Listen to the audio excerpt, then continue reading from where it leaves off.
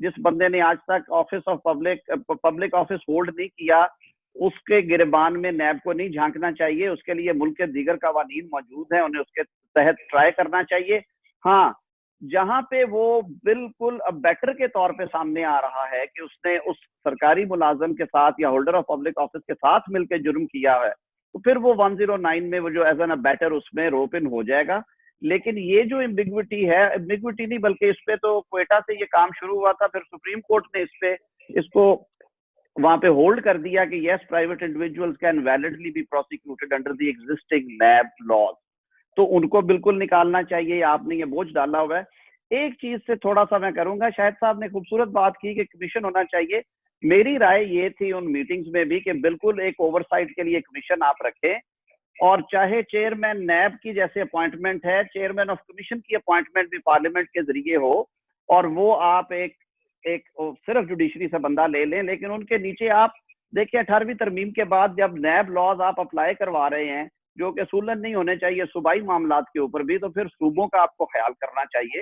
اور provincial autonomy کو مد نظر رکھتے ہوئے چاروں پروونسز کو چاہیے کہ وہ اپنے نمائندے اس کمیشن میں ایک ایک بندہ بھیجیں, اور اس کی بھی اپوائنٹمنٹ ویسے ہی ہو جیسے چیئرمین کی ہے. وہاں کا لیڈر آف ہاؤس اور لیڈر آف اپوزیشن مل کے کیٹیگرائز کر لیں کہ وہ بیوروکریٹ ہوں گے یا ریٹائرڈ جرنیل ہوں گے یا ریٹائرڈ جج آف ہائی کورٹ ہوگا, جس بندے کو وہ مناسب سمجھے. تو وہ کمیشن ہونا چاہیے 5 رکنی, اور اس صوبے کا جو کمیشن کا ممبر ہے اس کی اوور سائٹ ہونی چاہیے اس صوبے کے نیب کے ونگ کے اوپر, جیسے ڈی جی نیب انہوں نے بٹھائے ہوئے ہیں. چیزیں کافی حد تک اس سے بہتر ہو جائے گی, کچھ ٹرانسپیرنسی آئے گی. آخری بات یہ کہ وارنٹ آف اریسٹ میں آپ 2 صورتیں آپ کے پاس کہ چیئرمین نیب کا اختیار یا وارنٹ کا اختیار انکوائری کنکلوڈ ہونے تک تو ہونا ہی نہیں چاہیے, جب تک وہ انویسٹیگیشن میں اپ گریڈ نہیں ہوتی. اگر anti corruption authorities during inquiry بندے کو نہیں پکڑتی, چاہے اس کے بھاگ جانے کا اندیشہ ہے, آپ اس کو ECL میں ڈالیں. آپ کے پاس اور بہت سے موڈز ہیں اٹینڈنس کو کمپل کرنے کے لیے. دوسری بات یہ ہے کہ جب انویسٹیگیشن آ جائے تو گرفتاری جو ہے یا تو اسے مشروط کریں اکاؤنٹیبلٹی جج جو ہے متعلقہ اس کے وارنٹ کے ساتھ, یا جو شاہد صاحب کی بات ہے کہ جو کمیشن ہے وہ اس کو اپروو کرے گا. یہ جو لائٹ ہاؤس ہے چیئرمین صاحب کی صورت میں, یہ جب تک رہے گا کلی فرد واحد کا یہ کلی اختیار, یہ چیزیں بہتر نہیں ہوں گی. آخری بات جو یہ سارے پیکج کو کرتے ہوئے جس پہ ایک جگہ پہ آ کے رکا تھا کہ آیا کچھ میگا کرپشن کیسز میں ہونا چاہیے یا کہ جہاں پہ ان کو مناسب لگے, نہیں میرے خیال میں وہ بھی انہیں طے کر لینا چاہیے تاکہ ہر دوسرے مقدمے میں یہ نیب کو اوور برڈن نہ کریں. عدالتیں بھری ہوئی ہیں مقدمات سے, 4 سال مقدموں کے فیصلے نہیں ہوتے, بندوں کو جیل میں ڈال دیا جاتا ہے اور وہ وہاں پہ گلتے رہتے ہیں. تو وہ جو 50 کروڑ والا ایک ان کے ذہن میں ہے وہ اس کو ضرور پریس کرے وہاں پہ. اور 2 چیزیں جو میں پھر دوبارہ اس کو سم اپ کرتے ہوئے کہوں گا کہ جب تک ہم نے گرفتاری کے اختیار کو سٹرکچر نہیں کرنا ہے اور چیئرمین کی ڈسکریشن اس میں ختم نہیں کرنی, اور جب تک آپ نے جو ضمانت کا حق ہے ملزم کو نہیں دینا, جس کے لیے اسفند یار ولی 2001 میں کہا تھا سپریم کورٹ میں کہ آپ اس کو امینڈ کریں, اور اس کے بعد آج تک ہماری پارلیمنٹس اس پہ سوئی رہی ہیں. اور پھر لیٹسٹ طلعت فاروق کیس میں, طلعت اسحاق کیس میں 2017-18 میں پھر سپریم کورٹ نے کہا کہ آپ لیجسلیٹ کریں, نہیں ہوا. دس از ہائی ٹائم کہ یہ 2 ایریاز کو ایڈریس کیا جائے. جو امینڈمنٹس آرڈیننس کے ذریعے دی گئی ہیں وہ بڑی بینیفیشل ہیں اس حوالے سے کہ وہ کافی حد تک سیف گارڈ کرتی ہیں, ان کا کیا جائے. آئی فلی سپورٹ کہ جو اپروور کا جو میتھڈ اور میکنزم ضابطۂ فوجداری میں ہے اس کو 101 اپلائی کر دیا جائے, یعنی کہ اپروور کی اسٹیٹمنٹ کے ٹائم پہ ملزم یا اس کا وکیل موجود ہو اور وہ اس پہ جرا کرے, اور اپروور کو مقدمے کے فیصلے تک ضمانت نہیں ملنی چاہیے. آپ آرام سے وہ سیٹی پہ جاتے ہیں چیئرمین آفس والے کہ بھائی صاحب آپ نے طارڑ صاحب یا شاید حامد صاحب والے کیس میں اپروور بننا ہے, بھائی جس کو جیل سے چھٹی مل رہی ہے, جس کو پارڈن مل رہا ہے, جس کو کلین چٹ مل رہی ہے, وہ ہاتھ جھاڑ کے نکل رہا ہے, وہ کیوں نہیں بنے گا؟ اور یہی وجہ ہے کہ اس کیس میں انہیں کچھ نہیں ملتا, وہاں پہ یہ اپروور بناتے ہیں اور اپنا لا اپلائی کرتے ہیں جس کی کہ گنجائش نہیں ہے, ایون ایگزسٹنگ سیٹ اپ میں بھی اس کی گنجائش نہیں ہے. تو یہ 3-4 میجر ایریاز ہیں, اس پہ ضرور کھڑے ہونا چاہیے پارلیمنٹیرینز کو.